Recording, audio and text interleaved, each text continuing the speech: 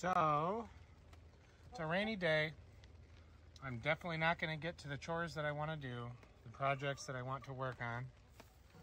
But you still have to, you know, manage the chores you have every day. So animals got to eat, and you got to clean up the poop that they lay all the time, and you got to get the eggs. So just because it's raining and everything doesn't mean I got to stop doing anything really. But I can tell you a little bit about what's going to go on. So this is the back run. The back run, I have my pretty much all winter long egg layers. They produce way more eggs than the front run, which are basically what I call like the designer chickens, or the blue and green egg chickens. So I have a 40-pound feeder hanging in the back. I mix my own feed. One of the things I didn't add into what I do mix in my feed is I put red pepper flakes. They're very good for the chickens, especially in winter. We were going to work on a new laying bin for these chickens because, as you can see, I've just got a tote. After we had that fire, we lost both of our big chicken coops. So we actually just have a tote here, and this used to be a brooder. So it's not exactly what you want. I had holes on the top for them to breathe, and we've got a wooden egg in there. This works pretty well. They're very, very good chickens. Isa Browns, Orpingtons, and then we have a couple Sapphire Gems just for color. And then, of course, we've got our big boy Boris, who's over here helping breed a very nice color. It's very, very close to the rest of these chickens. And I've got my water. So what we do for water is I actually mix, I'll show you what we do. We mix, oh, if I can get this off.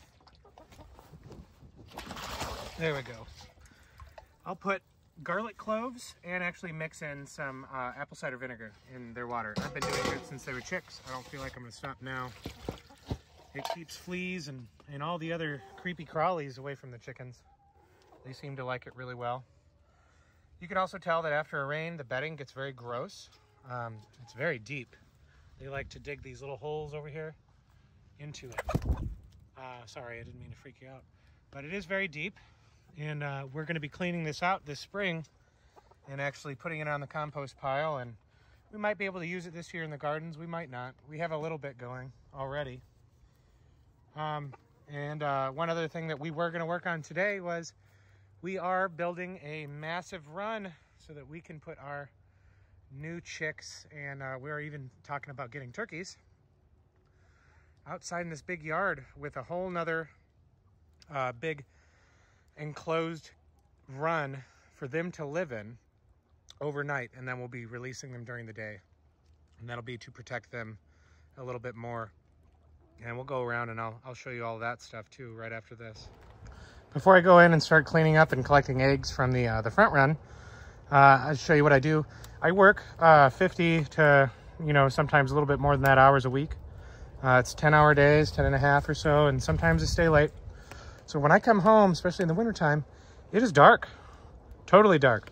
So I have to, every weekend, if I can't do any other projects, I've got to do this one, which is get everything ready for the week. So I mix about 20 gallons of water. I'll probably use one. I refill their waters, and I already did that on both sides. And then I make sure that we have feed. So we've got this 200 to 300 pound feeder here, this big bucket. Really love this thing. $45, but it was a really good buy. Ironically, it was nearly the same price as the little one. It's just a little bit more hard to manage.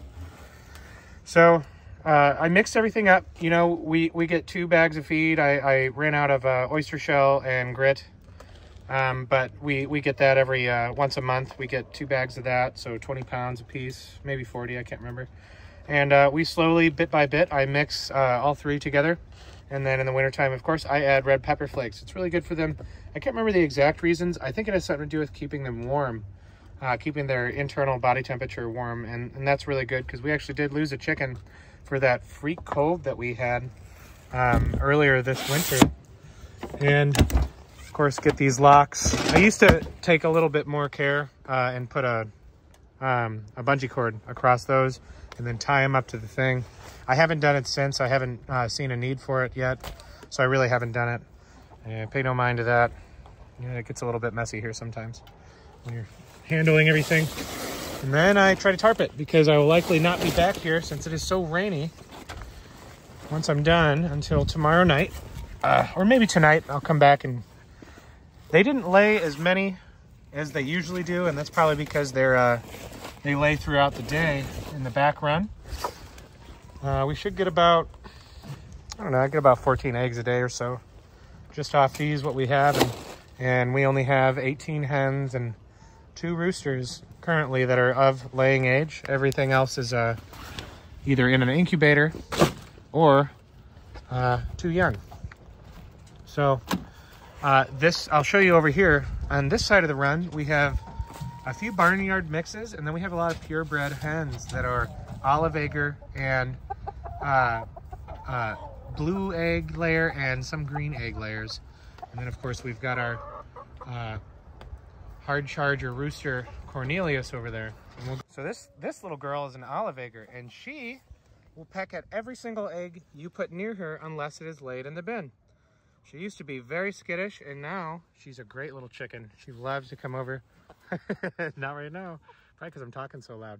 But she will let me touch her usually, which is saying something for that breed because they are super skittish and kind of crazy, not gonna lie.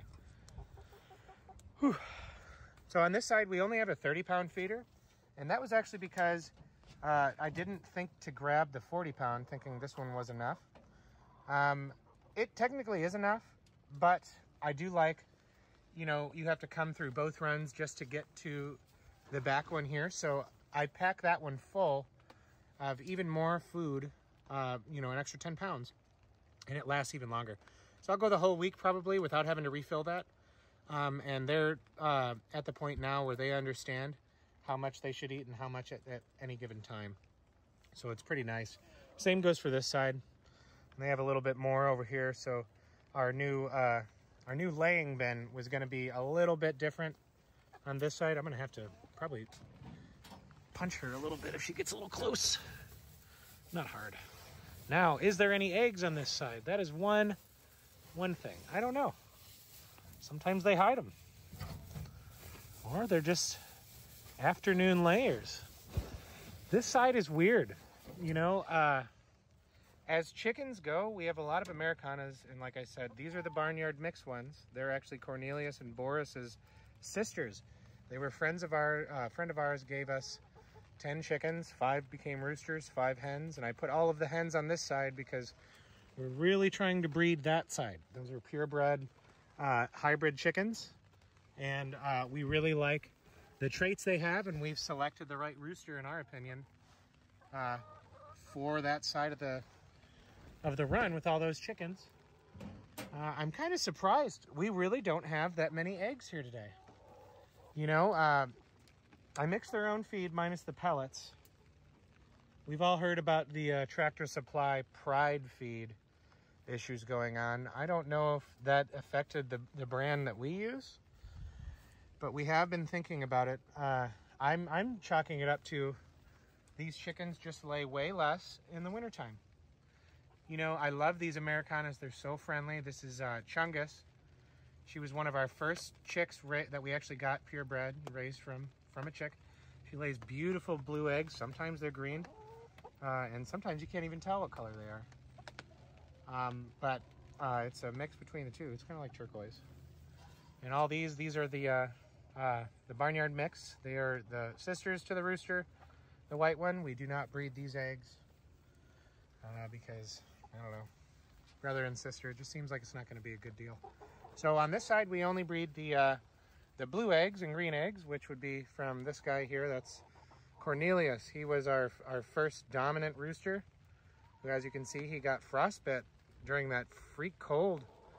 And that was because we had to keep him up in a chicken tractor by himself I actually put these olive eggers in with him because they weren't laying at the time. They were only 5 months old, to keep him warm.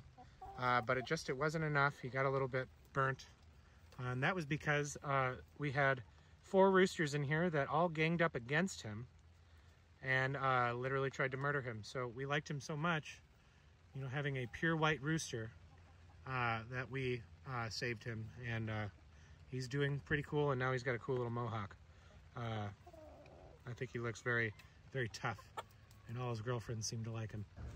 And so, the future meat bird run, and possibly just a larger egg layer run. Working on a predator barrier at the bottom to keep dogs from trying to dig through the bottom. These are all logs that I actually dug up from the property itself, barked them, and then tried to char them a little bit. Actually, yesterday I just dug a trench here about 10 inches down and filled it with concrete so that once we do get our door on, we still have to build the door, nothing can dig underneath that, or at least it'll be very difficult. And those are all concreted in. Put a couple of those bolts through as far as I could get them. And I did that in 2 spots. So I did that here at this anchor point. Built that too. Wanted a very strong anchor for this.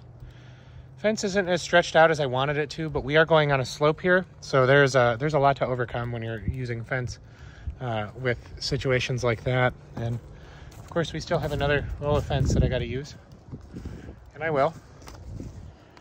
But we can go inside and you can see we cut down a lot of trees to kind of make room. It will butt up against the current chicken run that we have. I haven't decided if we're going to put a door right here and actually let these chickens come out into this run, because we are going to be doing what our goal is, 20 to 40 turkeys.